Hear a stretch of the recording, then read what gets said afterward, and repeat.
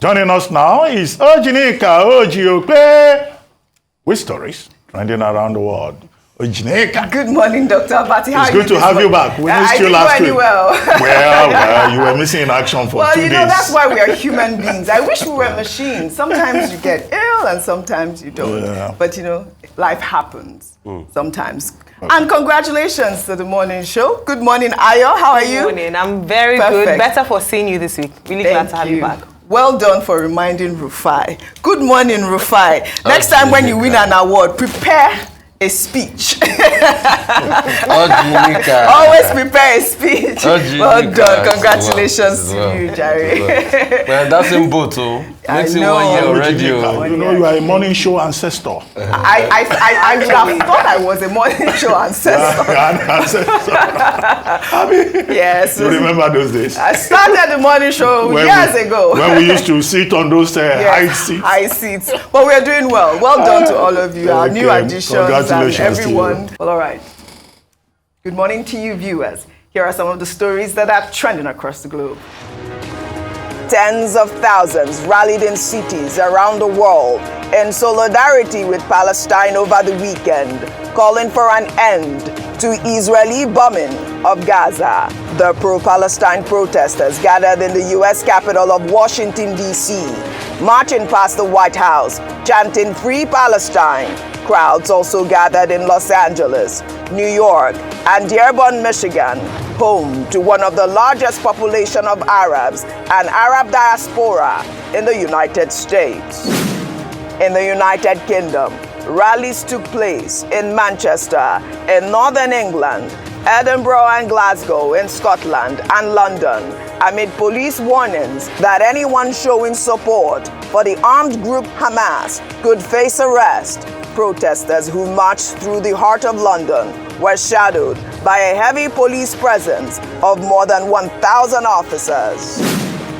Demonstrations also took place in Geneva, Switzerland, northwestern Italy, and the Irish capital Dublin in support of Palestine, while in Morocco's Rabat, thousands marched in solidarity with the people of Gaza. Free, free Palestine! Free, free Palestine! Free, free Palestine! In China, the government condemned Israel's attack on Gaza, saying it has gone beyond the scope of self-defense. The country's foreign minister over the weekend said the Israeli government must cease its collective punishment of the people of Gaza and called for a need of all parties to return to the negotiating table and desist from further escalating the conflict. In Afghanistan, a powerful 6.3 magnitude earthquake struck 21 miles outside Herat, the provincial capital of the country, on Sunday, just over a week after strong quakes and aftershocks killed thousands of people and flattened entire villages in the same province. 4 people have died, while at least 153 others were injured as survivors struggle to come to terms with the loss of multiple family members. On her entertainment, Madonna kicked off her career-spanning celebration tour at London's O2 Arena over the weekend, marking her first performance since suffering a serious bacterial infection that led to hospitalization in an intensive care unit for several days back in June. The 65-year-old legend, during an acoustic moment in the show, spoke about the conflict between Israel and Palestine, saying that the situation is heartbreaking. There's a lot of really crazy things happening in the world that are so painful to witness. All of us are suffering, watching what's happening in Israel and Palestine. It breaks my heart to see children suffering, teenagers suffering, elderly people suffering. All of it is heartbreaking.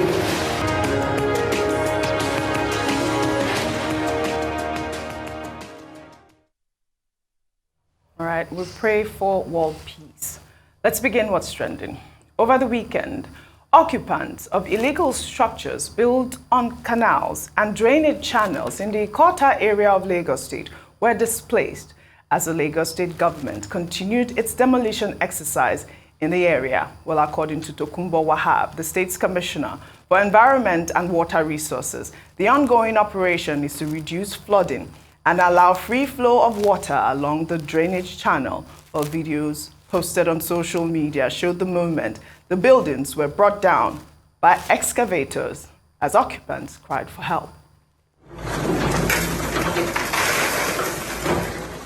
Oh my God! Did not even allow them to take their stuffs. This is too much. This is not nice. These people should even calm down.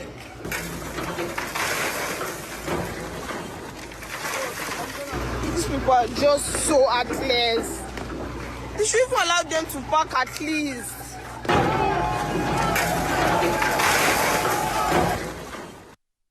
Well, as sad as this looks, Ayo, apparently the owners had been warned. They had given them a lot of notices and they've had interactions with the Lagos state government. I mean, this is the reason why we see these types of flooding occur in Lagos. But we need to take these things really seriously.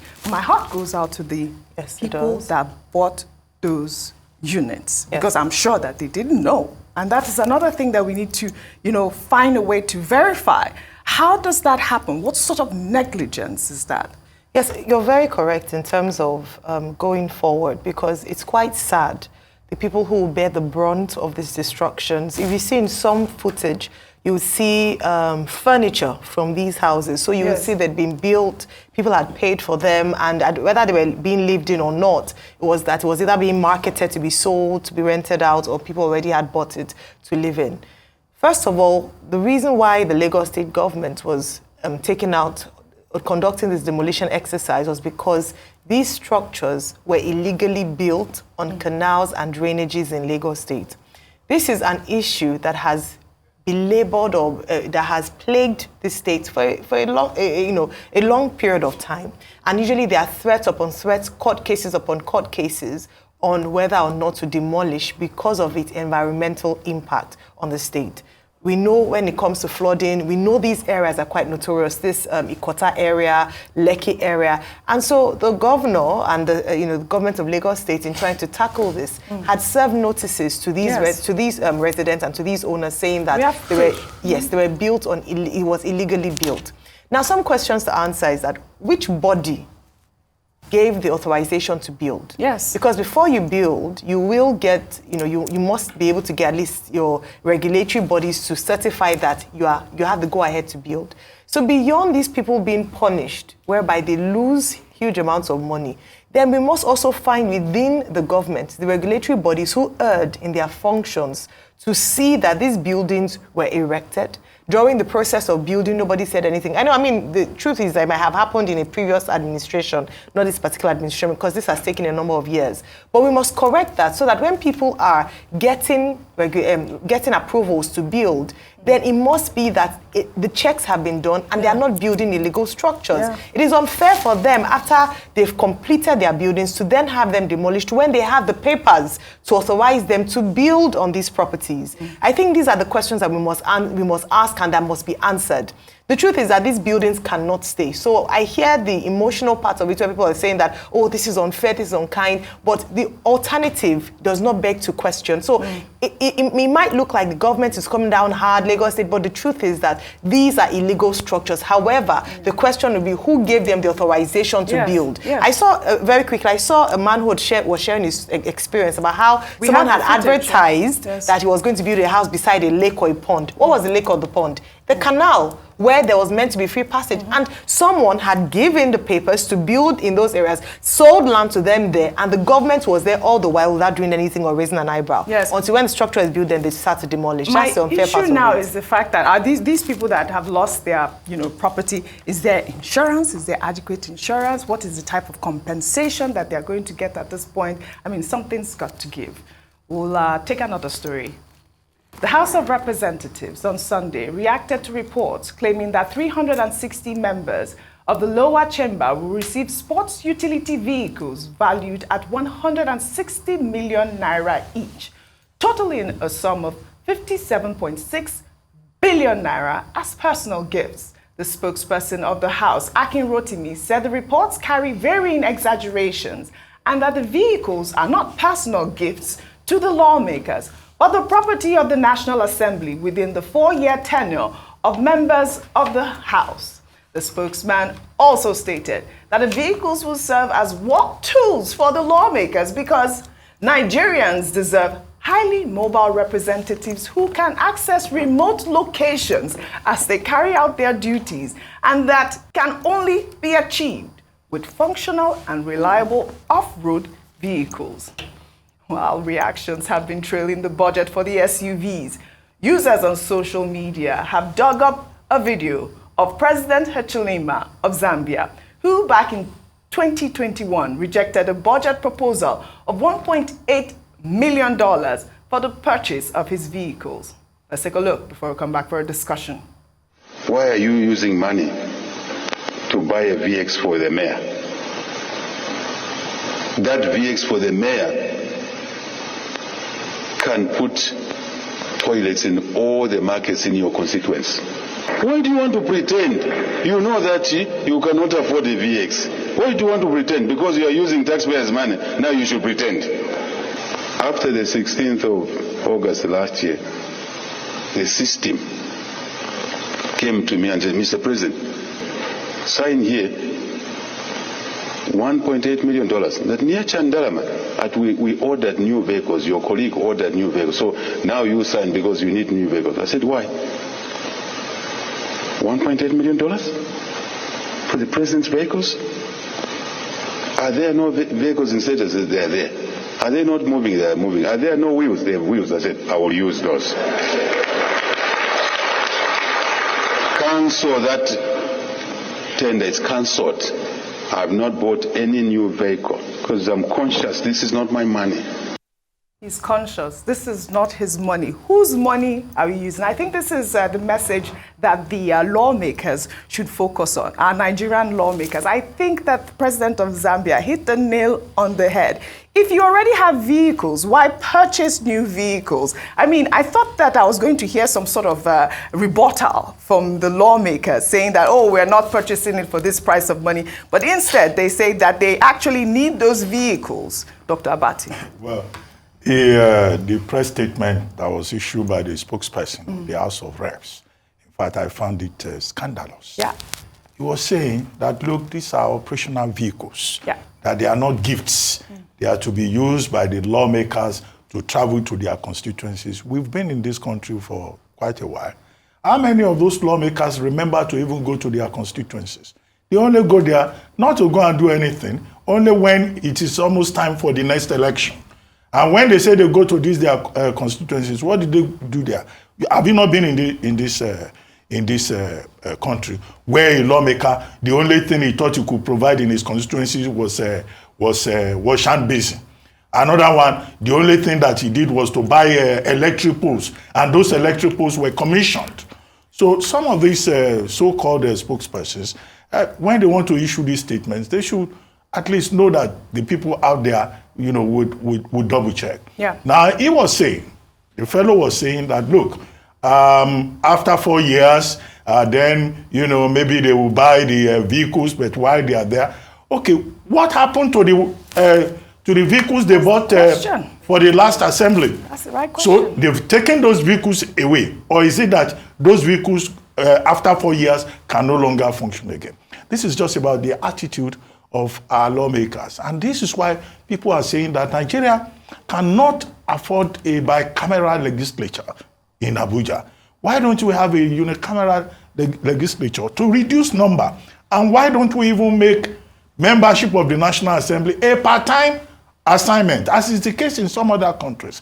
People just get elected at our expense, and they go there. The first thing they think of is to enjoy benefits. A vehicle of 160 million naira. What kind of a vehicle is that? Maybe it is a bulletproof. Okay? And these are some of these people who are first timers in the National Assembly, who cannot even afford the miserable grade A Tokunbo vehicle. Yeah. There's grade A, there's grade B. In any case, we have the example of Hichilema. Yeah. Akande of Zambia. Yeah. Well, that's another leader. He became president in 2020. 2021. 2021, Next August, election, yeah. next election in Zambia is next year. Do you know that for 8 months, he did not collect salary? Oh. And he said it's not because his salary was not available. It was because he didn't go there. He didn't become president because he was looking for money, right? He had run for that position about 5 times. Okay, he then won the 6th time. He said his focus was to retool the economy, provide jobs for the masses, particularly the youths of Zambia. Yeah. And he's been very consistent in that regard. But the opposition, they say, no, he made money from privatization. Okay, he could afford that because he has investments in agriculture and in other parts, so that's why. But what he is saying to other people is that you don't have to buy an expensive vehicle. And that he, as president, he did not allow them to buy new vehicles for him. He said he will continue to use the vehicles that were there. Yeah. Now, in fact, at some point, also took a pay cut. And we have had other leaders in Africa who took pay cuts. Uhuru Kenyatta. Yes. The man in Kenya. Kenya is Uhuru Kenyatta. Next door, in Ghana, the president also took a pay cut. But here in Nigeria, they just want to make profit. And yet, the same lawmakers, the same Nigerian leaders, they tell us to make sacrifices. They tell the people to tighten their belts. But meanwhile, they are feeding fat at the expense of the state. I think this should be part of the conversation. And I think the people who have been saying the National Assembly should not be a place where people go and collect benefits, and that the number should be reduced. Absolutely. And it should be a part-time appointment.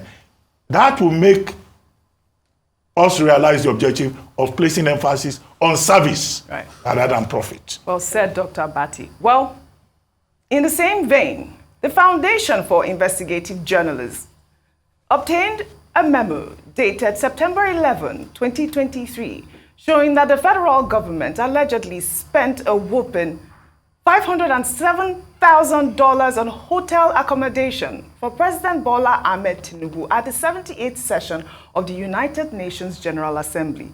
According to the memo, over $422,000 out of the total amount covered the cost of rooms booked for the president and his close aides at the St. Regis Hotel in New York from September 16th to September 23rd, and the remaining $84,000, which is 20% of the hotel reservation cost, was for incidentals. I mean, when Nigerians hear that amount, $507,000 in this economy, what that means. This was a leak, and I must put a caveat, we're here to independently verify this. But if this is true, it is every shade bad. Because we can't live in a country this way when you tell the citizens to tighten their belt and you're frolicking with this amount of money. It's just very sad. It's this new level of madness we have in our country. But are you surprised, Oji? We're here sitting down that an ex-militant was going to be running for deputy governor. So the system that brings our politician in is rubbish in the first place. Intellectuals, clear-headed, peaceful people don't get to the top position. For you to get to the top position in Nigeria, you must have killed people with guns.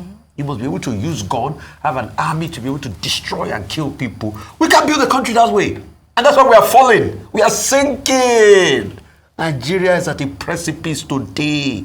Look at the quality of our lawmakers. Many years ago, somebody said in the parliament, was a former police officer, and he looked at the lawmakers and the senators and said, most of these people here, they've been in my cell at one point or the other. So it's not today that we've destroyed the country. In all of this, you know what hurts my heart so much?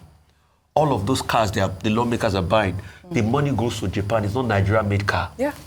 But in the 70s, Nigeria had a partnership with Peugeot Automobile of Nigeria, and most government functionaries had to drive Peugeot cars. That same Nigeria, all of a sudden, the government functionaries said they must only drive SUVs.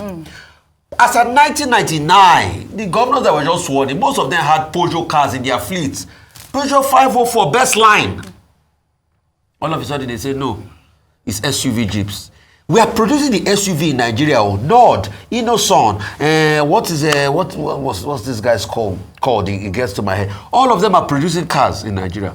We will not buy from them. We will take the money to Japan. So even if you have bought the car from a local manufacturer to put the money, the 7 billion into the Nigerian economy, do you know how much that will have done? But the same lawmakers will be the ones to say, oh, we don't want to drive it. We are doing fertility and all that. We deceive ourselves too much and we destroy this country.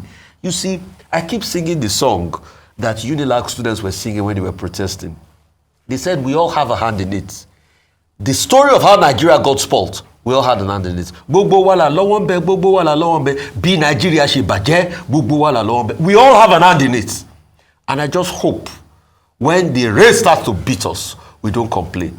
Look at these people that are supposed to represent the people. Look at what they are. They are the ones that receive gifts. They receive prayers in their email address. May God forgive us. All right, then. Shall we take our final story then? In Kano State, well, the Kano State government over the weekend carried out a massive wedding ceremony uniting 1,800 couples who were predominantly widows and divorcees. The wedding ceremony, overseen by Islamic clerics, witnessed a remarkable gesture from the state government as they covered nearly 50,000 naira in dowry expenses on behalf of each groom for their brides. While during the reception held for the couples at the Open Theatre in Kano Government House, the presidential candidate of the New Nigeria People's Party, Rabiu Kwankwaso, cautioned the couples against invasive actions like checking their spouses' phones, highlighting that such actions could potentially harm their marriages. So, but you know, I'm coming to you for this story. I mean, what is your state government doing for these widows? I mean, it's also that question I want to ask you about Rabiu Kwankwan. So, I mean, I hope that you guys don't check your spouse's phones. I mean, this is couples therapy right now. There's never a shortage of comedy in Nigeria. Now, some other states, I'm sure, you know, some other states that some of us come from. Yes. The governors will probably prioritize creation of jobs. Yeah. Probably prioritize education, not giving 50,000 naira to couples to come together and then assume that that is a contribution to development in the state, and even giving them beds. But they must return these beds if something happens to that, their marriage. Okay. That's people have the freedom, the right to choose. I don't think they should be forced, you know, to take matrimonial decisions. That's number one. So that this is the priority for the new governor of Kano State is most strange. And I hope that there's no political motive behind it, because you can see the dressing is a Kwankwansia attire. Yes. So maybe there is also a political undertone, which would be most unfortunate. Then number three is the advice from Senator Rabiu Kwankwaso saying, don't check your husband's phones, and that is the cause of marital problems. Okay, which research did he carry out? You know, was that one of the subjects he did when he did his PhD? He's a professor. You know, which was an issue the other day. What is it based on? And in any case, it's marks of misogyny. Yeah. You know, it's so misogynistic. Okay, can the wives, can the men check their wives' phones? Yeah. So this is what you get, you know, through innuendos, through indications, you know, women are discriminated against. But the governor should come up with better ideas about what he wants to do, and not promoting bedroom affairs. Now he has created thousands of other rooms in Kano State, whereas there are more pressing priorities. Dr. Bati, we don't know about the other rooms. Dr. Bati, you know, the North accounts for the largest number of out-of-school children in Nigeria, and so most of them are, many of them are girls. This project cost 800 million naira, and they gave each of the brides 20,000 naira as economic empowerment. Just to put that in context, it's very, I mean, congratulations to the newlyweds, but there are other priorities like Dr. Bati mentioned. Just wondering what 20,000 naira can buy. This is like giving a bag of rice to 1,000 people. Absolutely. Anyway, I'd like to thank you all, as always, for your great contribution on What's Trending, as always. Well, that's all I have for you on What's Trending today. I'll see you all tomorrow.